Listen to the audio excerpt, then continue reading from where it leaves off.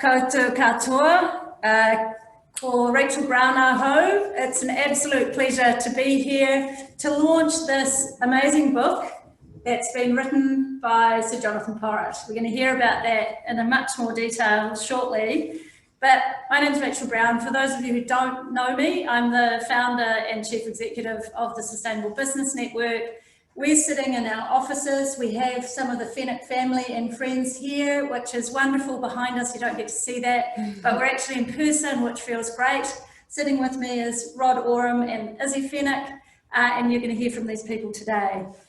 My role is really to welcome you hugely for coming along. We're going to be here until 7 p.m. and we're going to get the opportunity to talk about this new book that's just been launched, which is a wonderful summary of lots of learning and projection and a call for urgency over this next 10-year period. So that's what we're going to be doing.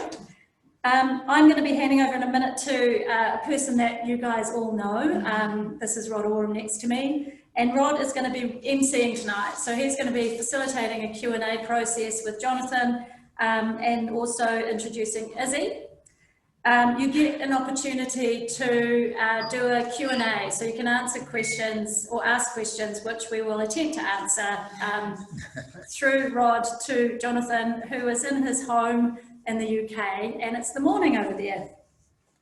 So that's us. We'll be finishing at 7 p.m. So now I get the chance to introduce this fine fellow next to me. This is Rod Oram.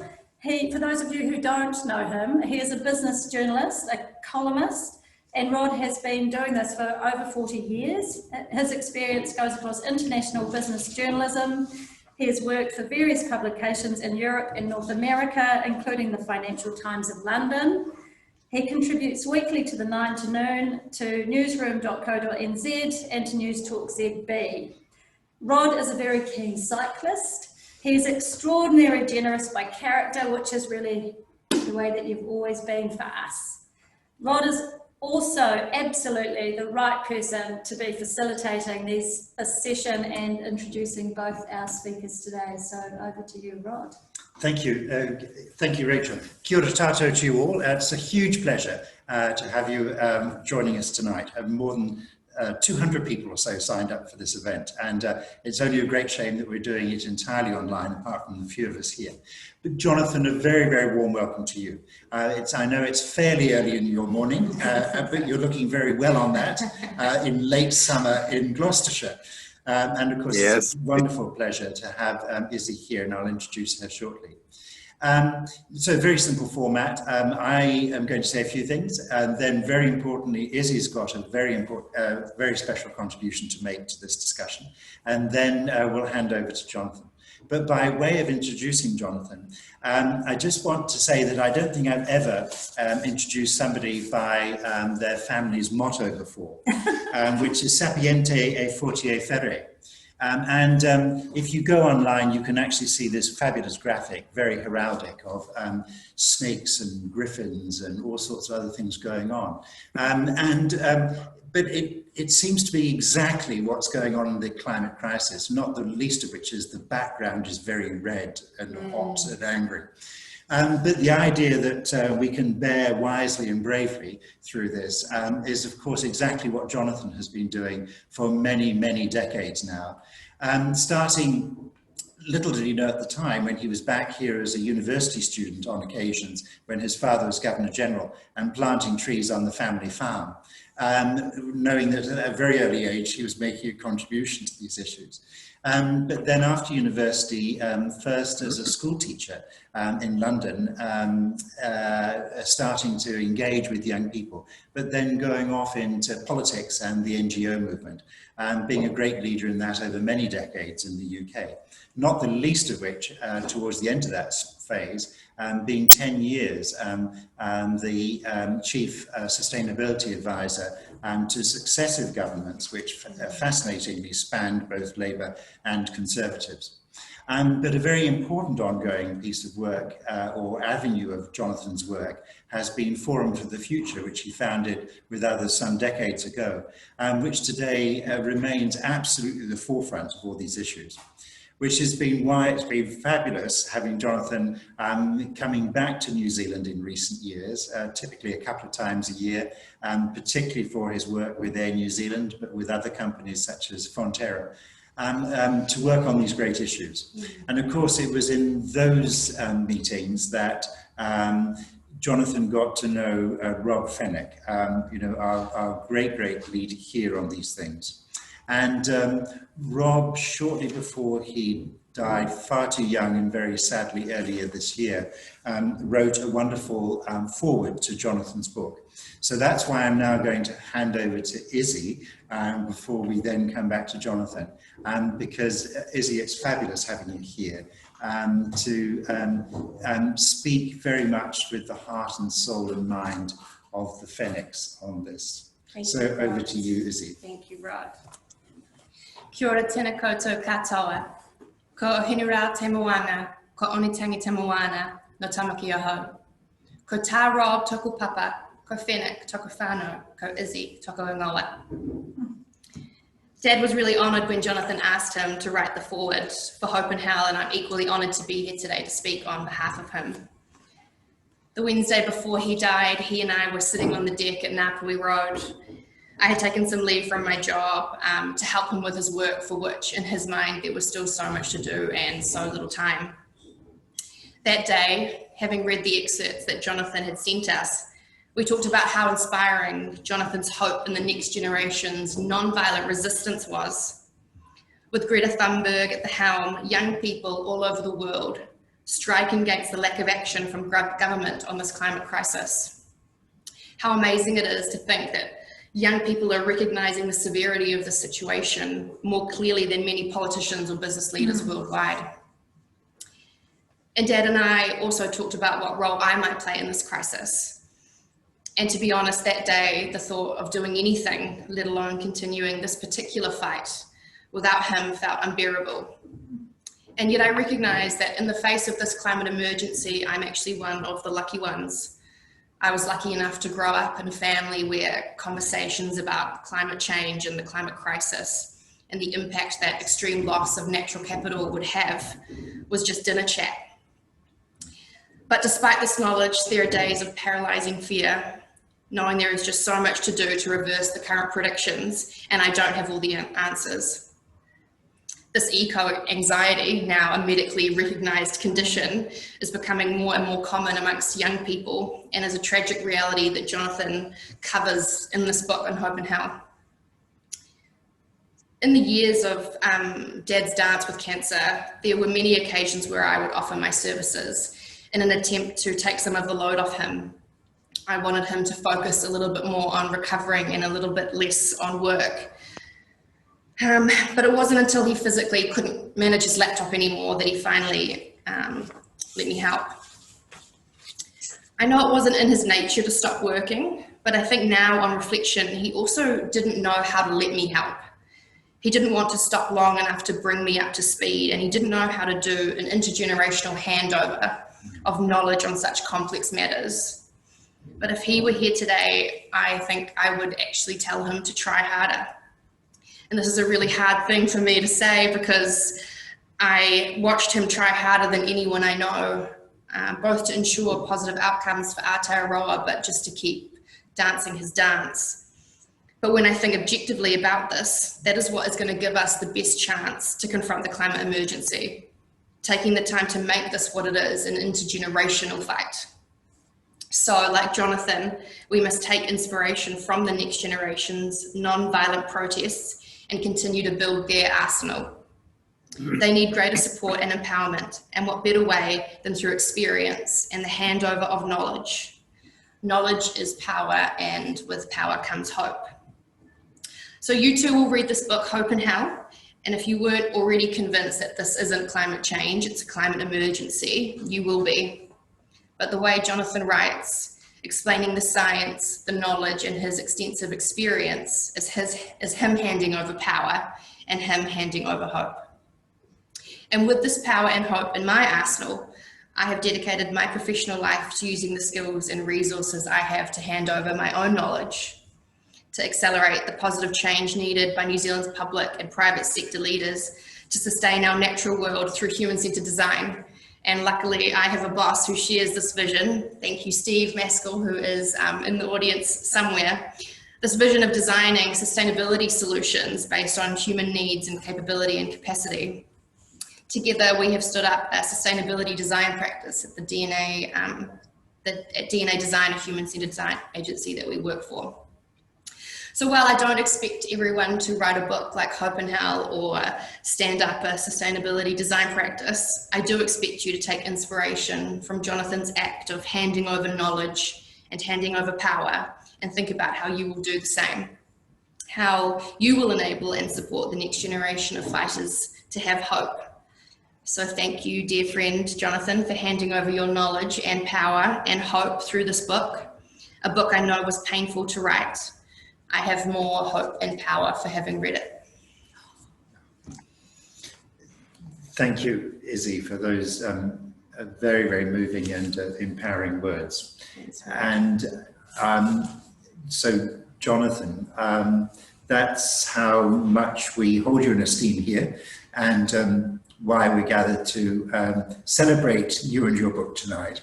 So the floor is yours to tell us more about the book.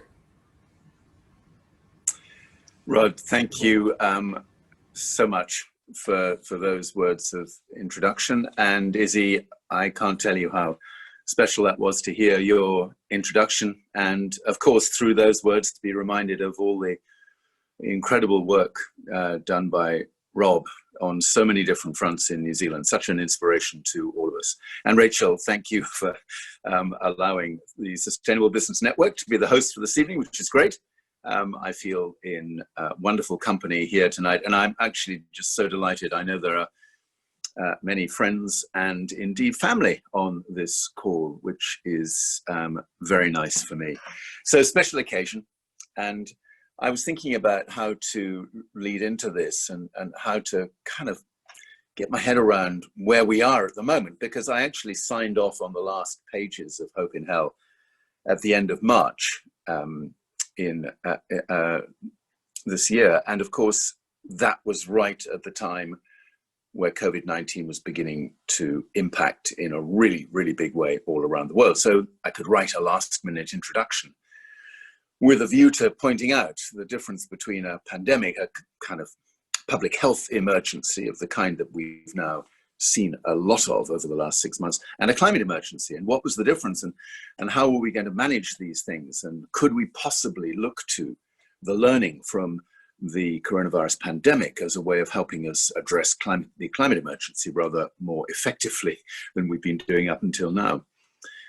During those 6 months, the really astonishing thing is just how many signals have been coming back from planet Earth, which of course is not necessarily moved by the coronavirus pandemic in the way that we are. And it has been a devastating 6 months. It really has.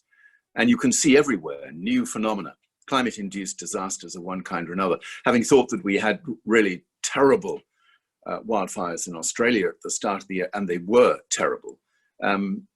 Since then, we have seen extraordinary wildfires in California and Oregon and Washington up the West Coast. There are still very significant fires burning across the Russian Arctic in a way that we have seen before, but never at this kind of scale. And I was doing a lecture recently by Zoom in Brazil, and the host for that event asked me, had I heard of all the fires going on in Brazil? And I said, no, I hadn't. And there have been huge fires raging in the Cerrado in Brazil. So cut across any particular set of climate-induced natural phenomena that you can imagine. And we've seen in these 6 months a dramatic acceleration of the impacts of these the anthropogenically reinforced climate disaster. So this is pretty bad. It goes on the whole time. And although there are those who would have us believe that the reduction in greenhouse emissions caused by the pandemic are a really encouraging signal that we can reduce emissions if we really have to, these two things are not in proportion. The rapid acceleration in climate-induced disasters around the world, and the reduction in greenhouse gas emissions in a coronavirus, in a pandemic year. These two things don't add up.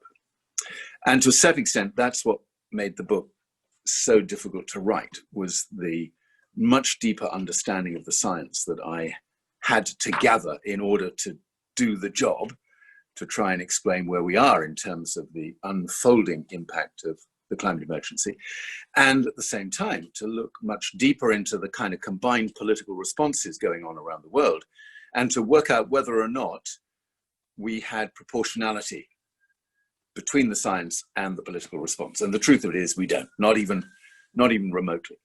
We do have lots of governments now that have declared climate emergencies.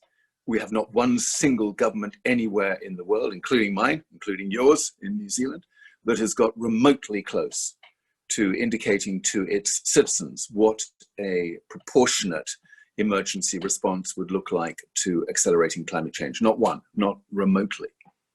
And that, of course, is causing consternation for all of the organizations and the NGOs and the citizens' action groups that have been involved in the climate movement now for many a long year, because it seems so hard still to push politicians into that sense, that timeliness, the urgency of what needs to be done now.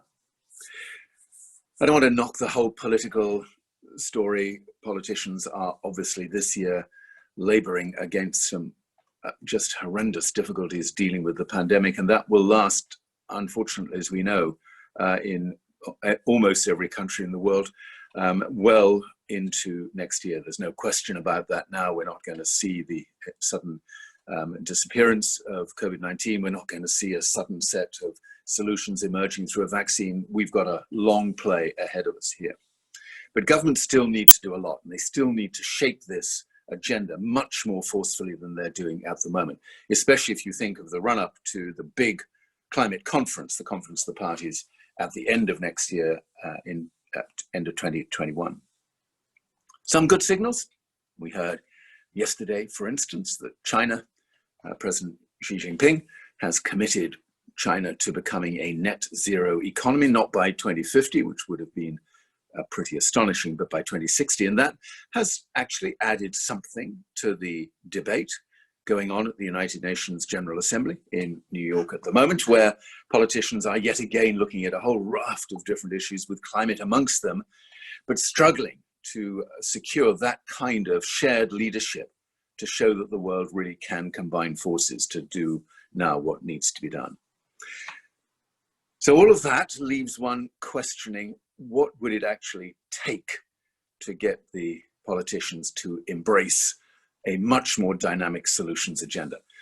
Two things quickly to say about that. Firstly, they may be more mindful of what is happening with the corporate sector, with the business community around the world. The business community has always been much more enthused about the solutions agenda than governments have, for various reasons.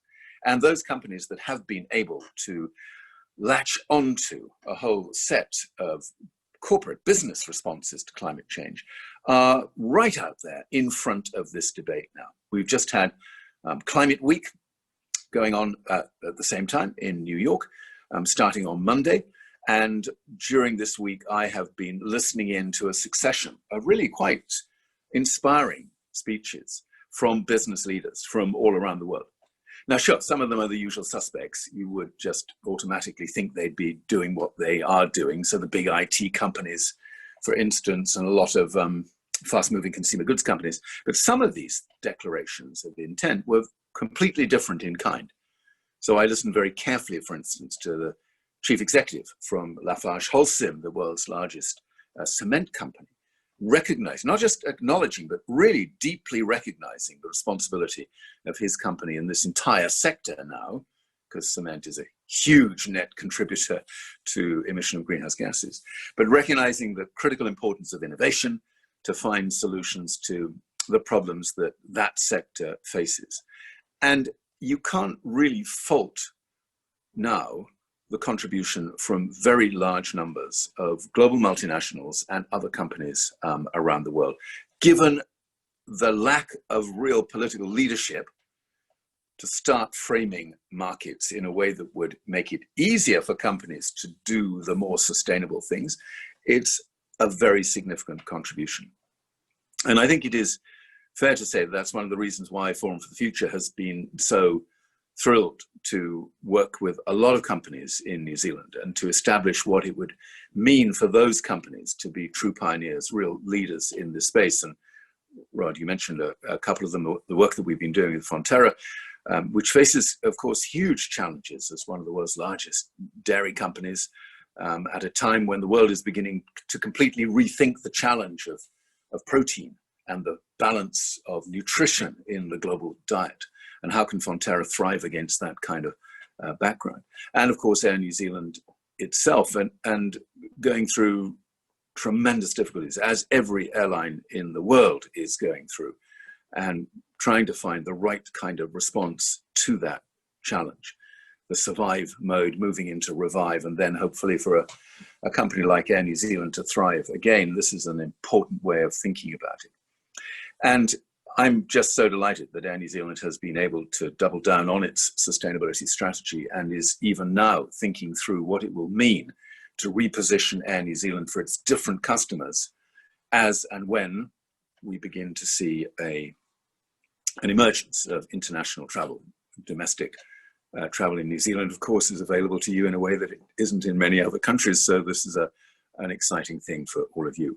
And then, of course, the work that both Rob and myself were so excited about when we had an opportunity to work with colleagues in the private sector and in government to set up the Aotearoa Circle, which has since then grown into a really significant contributor to many of these really crucial debates in New Zealand about how best to restore New Zealand's astonishing natural capital. So important in New Zealand's citizens in its own right, but so important to the economy of New Zealand, underpinning as it does a lot of its export industries and of course tourism itself. And I'm just so glad that the Circle now is a really important part of what progressive government and business responses actually looks like. It's been a real joy to continue to work with colleagues in the Circle.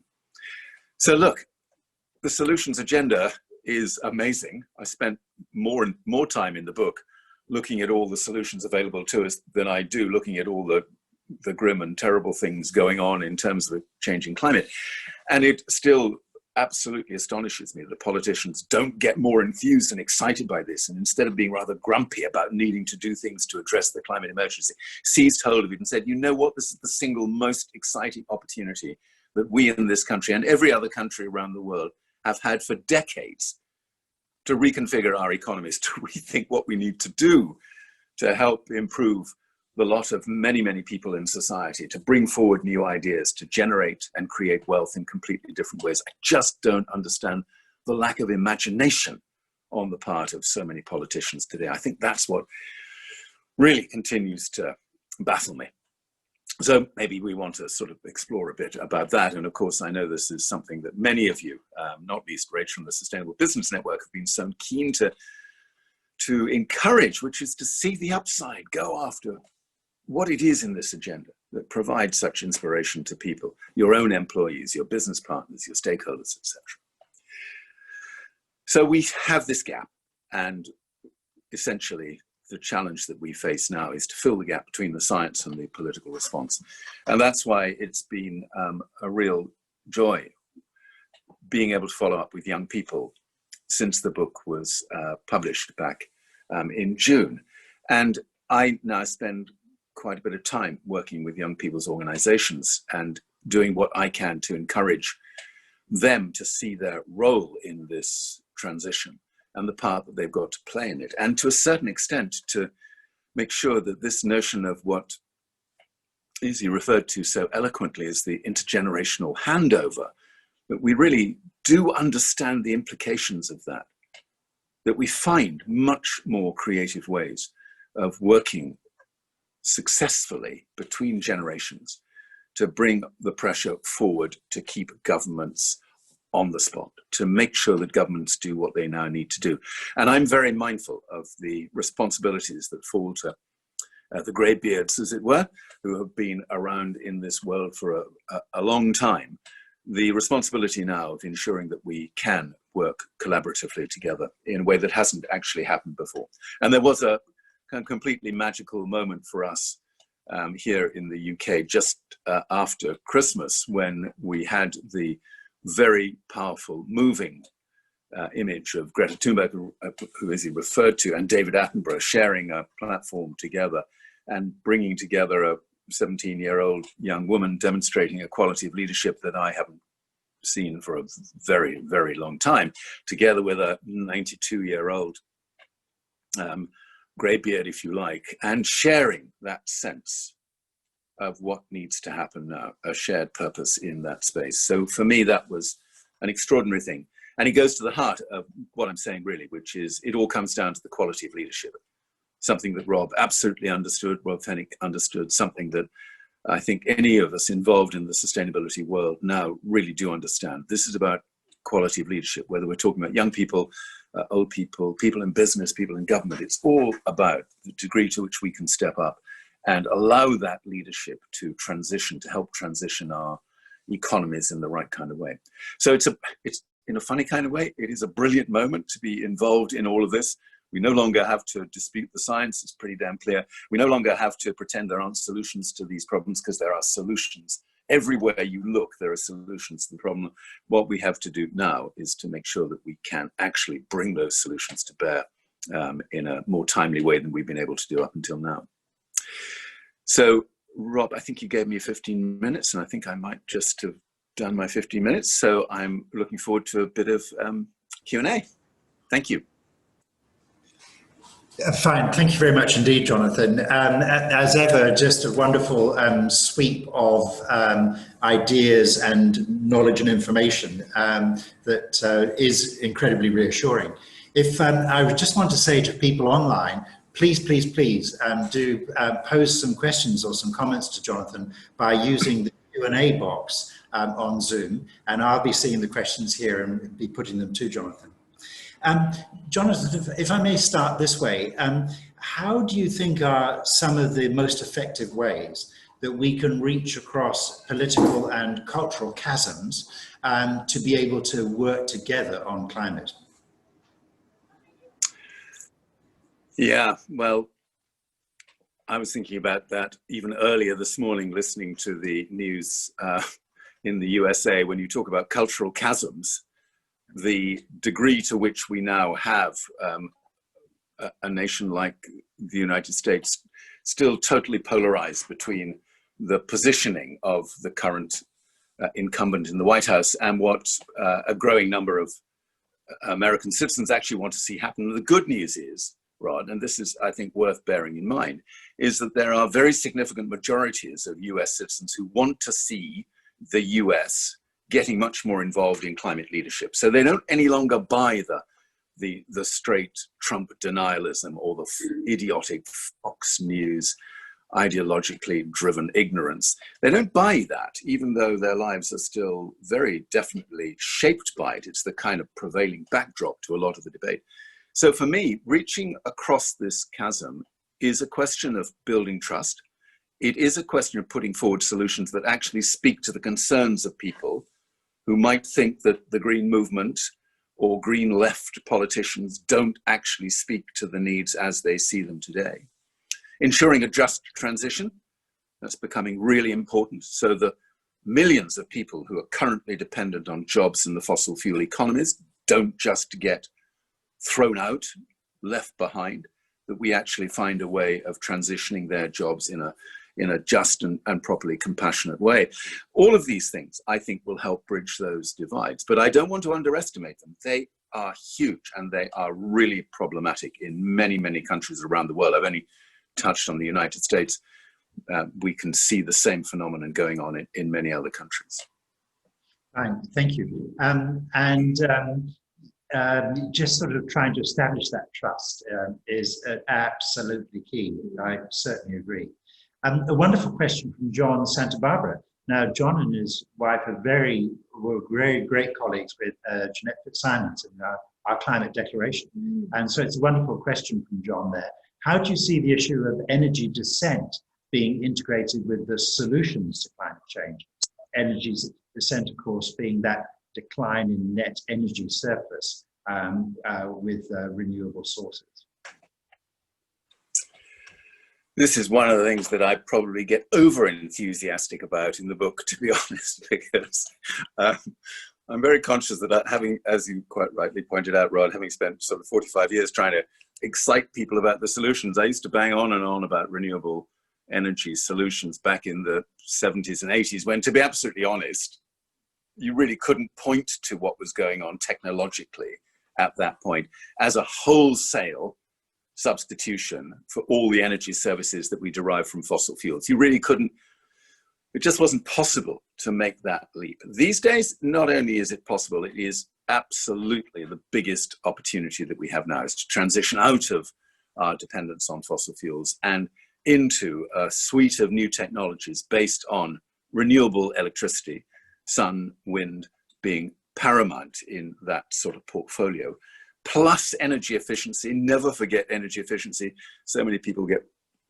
apparently quite bored by energy efficiency, but it is absolutely crucial. Plus new storage technologies, new grids, new ways of using artificial intelligence and big data. I mean, honestly, it is an extraordinary opportunity that we have now to completely reinvent the global energy economy. I think the last thing I'd say about that is I'm very focused on that transition, and that's critical, both in energy, in transport, in industrial and manufacturing contexts and so on. The reality is, however, the world needs to use a lot less energy, whether that energy is coming from renewable sources or from fossil fuel sources. That's what the energy descent story is really about. How do we provide for the needs and the aspirations of the whole of humankind, whilst gradually reducing the total amount of energy that we need? And that's a big challenge still to come. Fine to move from the internal combustion engine to electric vehicles, for instance, but actually, we really don't want everybody simply to get rid of their old banger petrol and diesel banger and buy a new electric vehicle. What we really need is a completely different way of looking at transport and public services in our towns and cities, so that we can actually eliminate the phenomenon of the private ownership of cars. That might sound a bit revolutionary, but I think Izzy might bear me out here. A lot of young people think, really? You guys all just completely love your cars? You're all mad, really, because they're mostly status symbols parked outside your houses for 95% of their lives. So what are you getting out of them? So we have to do a lot of work to shift mindsets on the energy descent path, not just to do a technological transition. Thank you, Jonathan. Now, I've got a couple of questions here, one from Lindsay Wood around inequality, and one from Ruby Smythe about climate change disproportionately affecting poor and low-income communities. So that's really getting us right to the heart of just transitions. Could you give us some guidance on some principles and good practice in just transitions to help deal with those inequality issues? Yeah. As a lot of colleagues on this call will know, I've often been really critical of parts of the environment movement for having no real interest in social justice issues at all, and kind of pursuing their environmental concerns in a sort of politically correct vertical silo called environmentalism.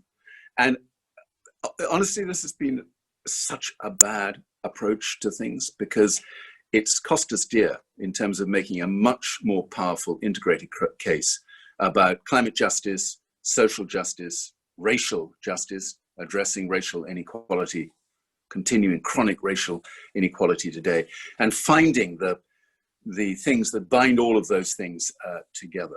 I'm heartened, therefore, by what I see as a resurgence in the environmental justice movement, particularly in the USA, becoming a very powerful voice now through Black Lives Matter and through the climate justice campaign, especially with young people, for whom these divides between social justice and climate justice don't really make any sense.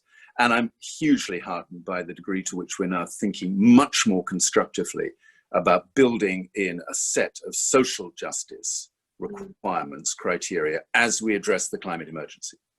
So only one example, because we haven't got time to dig deeper than that, but here in the UK, and actually to a pretty significant extent in New Zealand, there are a lot of people whose lives are significantly impacted, negatively impacted by very poor quality housing.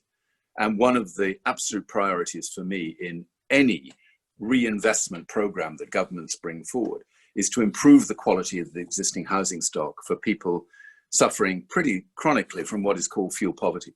It's not quite the same issue in New Zealand, but here in the UK, we have millions of people whose lives are blighted by living in poor quality housing, adding huge burdens to our National Health Service, because obviously those people, their health is being impacted negatively all the time. So I want to put those kind of policies at the heart of what the transition looks like. Justice through really strategic investments in improving the conditions for some of the poorest people in our economies. I haven't done justice, Rod, in that answer to the issue about poverty in countries around the world and the disproportionate impacts of climate change on some of those poor people, which is something the world still has to address. Every single time we have one of these wretched conference of the parties, rich countries commit to providing X billion dollars of funding to help poorer countries address both climate adaptation and climate mitigation. Only a fraction of that money ever actually changes hands and moves from the rich north to the poorer south, as it were. And we are really going to have to get that one right if we're going to see the kind of breakthroughs we need. Now, in my own mind, there's a connection between your very helpful answer there on a just transition for people to a just transition for the other species on the planet. So this is the question, and it's from Cheryl Reynolds, and I'm sure Cheryl won't mind me identifying her as the Chief Executive of the Endangered Species Foundation here in New Zealand. So her question is, firstly, thank you for inspiring us towards greater hope in Hope and Hell.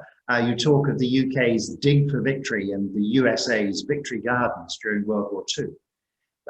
Being interested in the mobilisation of land to nourish human and endangered species, what wisdom can you offer on how we can activate that scale of mobilisation now for land and species? So another brilliant thing that has happened in the last year is that people who are really deeply concerned about the climate and people who are really deeply concerned about biodiversity, threats to species, ecosystems, and so on, have found their agendas merging in a way that has not really happened in the past. If you look back on all these climate change conferences, concern about the natural world and impacts on the natural world was always a bit of a footnote, a sort of a fringe meeting on the side of the big plenaries where they talked about industrial emissions and so on and so forth. That is not the case any longer. We now have a really fascinating convergence where the science around biodiversity and the science around climate are being brought together. And the catch-all phrase for that is nature-based solutions, where the solutions that we need to address accelerating climate change, some of those solutions come from trying to heal the damage that we've inflicted on the natural world as a consequence of the heedless industrial development that we've had for more than 100 years. And I'm really excited by that, because that means that we can have strategies now to invest in nature, which both meet the biodiversity demands that the world faces and the climate demands. Those biodiversity demands have never been given the same level of attention as climate change in global politics. There was a very powerful film that David Attenborough fronted on our screens here in the UK 2 weeks ago called Extinction, in which he looked at the remorseless assault on the natural world as apparently seen as an acceptable price to pay for the kind of economic progress that people have looked for. I think people have come to the conclusion that that's not such a smart way to proceed. And if we get the learning right from the pandemic, and I say if, because I'm not sure that we're learning the right things at the moment, but if we get the learning right, we will have it established definitively that one of the reasons for this pandemic, for COVID-19, has been the continuing onslaught on the world's forests and the truly irresponsible destruction of those habitats, which has then caused spillover effects, as they're known, where these zoonotic diseases, diseases that spread from species to humans, have become now such a presence in our lives. And I'm sure there's no one in a session like this thinking that COVID-19 is the last pandemic, the last zoonotic pandemic of this kind that we're going to suffer from in the future if we continue to assault the world's forests and natural systems. So I feel a change actually coming over us. I feel people are understanding not just our dependence on the natural world, but the richness of these relationships and the importance of putting them right at the heart of the transition politics that we've been talking about. I hope that's not insanely off the wall kind of hopefulness, but you have to pick up these signals, listen to the way politicians talk more about nature and how important it's going to be to get the nature side of it right, as well as the climate side of it. If just extending from that very full answer there, as you've got to know us here in Aotearoa, how have you seen to our Māori, the Māori world view, as a good way for us here in Aotearoa to be able to re-establish our right relationship with the rest of the living world, and so we therefore can act with far more confidence and some integrity and insight on these issues of land and species and ecosystems. Hugely significant, and I've learnt a lot by virtue of being in New Zealand over the last 5 or 6 years, from the degree to which that culture, that inheritance has begun to permeate, inspire and inform so much of what New Zealand is now seeking to do.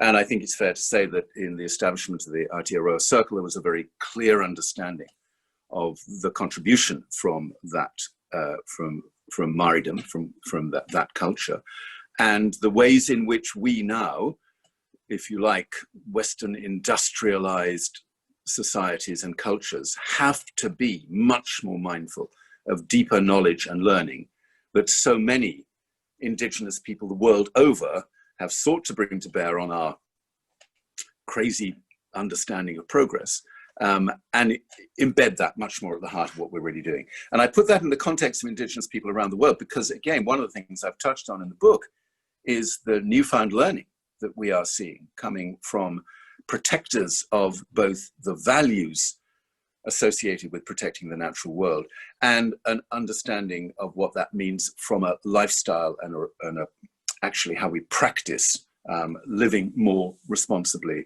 and compassionately on the planet. So for me, it's crucially important. It remains controversial in the minds of a lot of people, but I look at New Zealand as a country that has done more to make sense of the old world and the new world, if you like, than most other countries. And you only have to look over the Tasman Sea to see the continuing, I was about to say, disgraceful disregard for First Peoples in Australia to understand that New Zealand's in a much better place than Australia. But boy, is there still a lot that we have to do in that regard. It is very exciting to see, for example, Mātauranga Māori and Mātauranga Pākehā, or Western knowledge, coming together increasingly in places like our Land and Water National Science Challenge. Or, of course, rather remarkably, when the Reserve Bank of New Zealand is now able to explain itself and the financial system in a Maori worldview. I think that's very exciting. Anyway, moving on to our next question. You'll recognise the name there, Paul Gilding. Good day to you, Paul. I don't know where you are, but if you're speaking from your home in Tasmania, great that you're online. And I'm sure you won't mind me saying to other people online that, of course, in your distinguished career and early phase, was the first international chief executive of Greenpeace International at a global level. And so thank you for contributing, very importantly these days, to some organizations here in New Zealand. Anyway, Paul's question is, Jonathon, you write about the power of civil disobedience, but also acknowledge the argument about its effectiveness at driving structural change. What is your view now about just how important it is, and if important, at what scale should we imagine it is, what we have seen so far with XR and others? Thanks, Paul, and nice to be connected with you virtually like this. I would love to think that we lived in smart enough, rational enough political and economic systems that all we would have to do would be to bring forward the science, to demonstrate what the implications of that science really look like, to work then with politicians to come up with a set of policy and strategy responses that were proportionate to that science. If you like, that has been the model of evidence-based policy making for a better world. That as long as the policy is strong enough, then what else can politicians do but adjust policy to incorporate that science? Of course, that is not what has happened. The science has actually been systematically set aside and downplayed. As a consequence, we're now on the back foot. We're in catch-up mode. We've wasted the best part of 30 years as a consequence of not having evidence-based policy to support us. And if anybody thinks that we can do what we need to do through another decade of that kind of incremental, dysfunctional policy-making process, where only the bits of the science that are convenient to government are taken up, well, you're mad. If you really think that another 10 years of that approach to the politics of this is sufficient, honestly, you're not looking at the world as it really is. You're still hanging on to an illusion about a sort of model of Western rationality that frankly doesn't exist.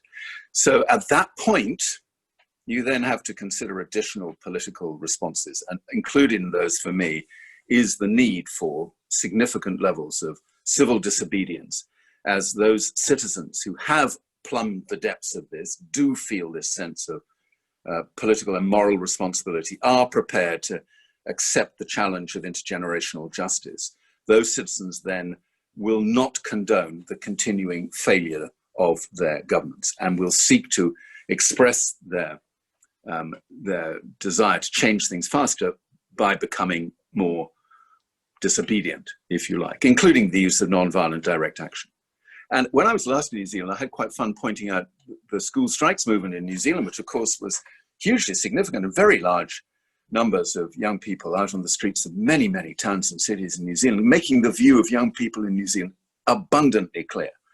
And to a certain extent, in a small kind of way, the first time a school child or anybody of that age chooses to quit school for the day and be a striker and a protester, they are very gently breaking the law. They are starting out on what I hope will be a life of continuing civil disobedience. And it may sound odd to put it in those terms, but we are facing conditions and extremities now in climate breakdown that require that. I don't want to put the full burden of that on young people, particularly young people in school today. That's not fair. So for me, if anybody says, I really admire what those young kids are doing, I really love the kind of inspirational example of Greta and her colleagues, 7 million people out on the streets of big cities by the end of 2019, 7 million young people. You can't say that and not be prepared to join your voice and your actions alongside of that. That's the conclusion I've come to, that it's no good extolling the bravery and commitment and courage and determination of young people if you're not prepared to be part of that in your own life. And that's quite a big thing for a lot of us, whatever our age might be, that civil disobedience might need to be part of our personal response now to encouraging our politicians to do what they should be doing. So I'm taking that to be an encouragement to go out and earn the badge of honour of being arrested and charged in a very wonderful, peaceful but effective act of civil disobedience. Can I consider that the Porritt endorsement? Yes, sir. Yeah, exactly. I can't see how I will be able to sustain my own role as an advocate of radical change without becoming involved in that. I don't know how that'll turn out, Rod. I don't know what it'll mean in practice. This year has been crazy because of COVID-19. Most of my plans have been upended in one way or another. You know, I haven't been able to get out to New Zealand in ways that I would have done. So it's all been a little bit jumbled up. But I know that the logic of the case I am making in Hope in Hell is perfectly clear. And the moral obligation that brings to people like me is unanswerable. You just have to be true to the lessons that we've landed. Now, I wouldn't want you to think that New Zealand's incredibly small, or that the audience that you and the SPN attract is so small that we all know each other. And so when I start to identify yet another person by name and activity. So this question is from David Gallup, who's a wonderful emergency department doctor down at Middlemore Hospital here in Auckland, and very, very involved in sustainability issues. So David's question is, thanks, Jonathon, have any nations developed a comprehensive plan/framework across all domains of activity to reach a carbon zero position? The intriguing thing that's happening at the moment is that countries are now much more purposefully talking about pathways to what is now described as a net zero carbon economy by X, 2050, in some cases with Scandinavian countries, for instance, 2040, or one of them, I think it might be Finland, has got a 2035 date. So the go-to big idea now is not carbon neutrality, it's what's now described as net zero carbon. And this is something, of course, that that will play a significant part in your general election. I hope is already playing a significant part in your general election in New Zealand. And there are countries now that are systematically working out what it would take to get to net zero by that date. And the interventions which would need to be made by governments in all these different sectors of the economy, not just energy, but transportation in particular, approaching the whole issue about manufacturing and carbon intensive sectors in a very different way, bringing forward new technologies to help that transition. There's a sudden buzz, for instance, all around the world, it seems, about the potential importance of hydrogen, particularly what is called green hydrogen, where you make your hydrogen from renewable electricity. And suddenly countries are beginning to think, okay, this is more than just having a bit more renewable electricity in the mix. Now we're talking about a move towards net zero. The net, of course, being those emissions that can't be reduced, can't be eliminated, having to find nature-based solutions to offset, to address those residual emissions on any country's carbon balance sheet. Now, personally, those discussions are critical. The EU has just come up with a really fascinating program for building back after COVID-19. It's a huge multi-billion-dollar economic strategy for the EU, a very significant part of which is based on these low carbon, ultra low carbon, zero carbon type routes to prosperity. And it's perfectly possible that the EU will now make its own carbon targets much more ambitious than has been the case in the past. So there are countries that are doing this, and there are countries that can actually see their way through to what net zero carbon looks like. And that's the thing we've got to get into everybody's head. This is doable. It has to be done now at speed to make it really work. It includes all sorts of quite tricky things like reducing carbon emissions by at least 6 or 7% per annum. That's not an easy one, but that if we plan this out over a 10, 15, 20-year period, that's the way forward. I'm being cautious about dates. For me, 2050 is far too late. We really should be looking at a net zero carbon global economy by 2040 at the latest. I was just thinking before, Jonathan, when we were talking about the Kiwi kids striking for climate action, how inspiring that is, considering, you know, when many people look around the country and see trees and clear waters and birds and plants, sometimes, you know, it's hard to feel like there's an emergency happening in New Zealand, but the decisions and impacts that lifestyles that we live here in New Zealand have an impact not only on our own natural resources, but more importantly on the world, that we are not a country in our own entity. We are part of a global ecosystem, and the things that we do here in New Zealand have an impact on third world countries who do not have the resources to protect themselves in the same way we do. And I hope that more people in New Zealand are inspired by the young people to really recognise this and do more about it.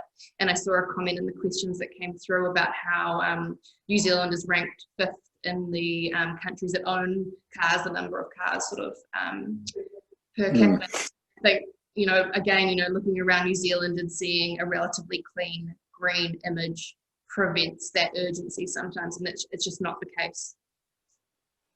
Yeah, no, absolutely right. And the need to think very deeply about how New Zealand portrays itself, presents itself to the world is going to be a big challenge as international tourism comes back into the economic scope in I hope the not too distant future.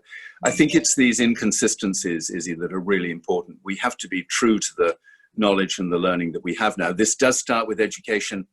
It's a difficult moment in the call now to touch on this, but unless we begin to rethink some of the educational models that we have and the ways in which young people are permitted to really not just learn about this stuff from a kind of technocratic perspective, but actually be part of it and ensure that nature is part of the ways in which all young people are raised and educated in their own communities, as well as in a formal educational context. That is critical. And for me, that's always been part of the deal. How do we get over what some people refer to as a nature deficit disorder?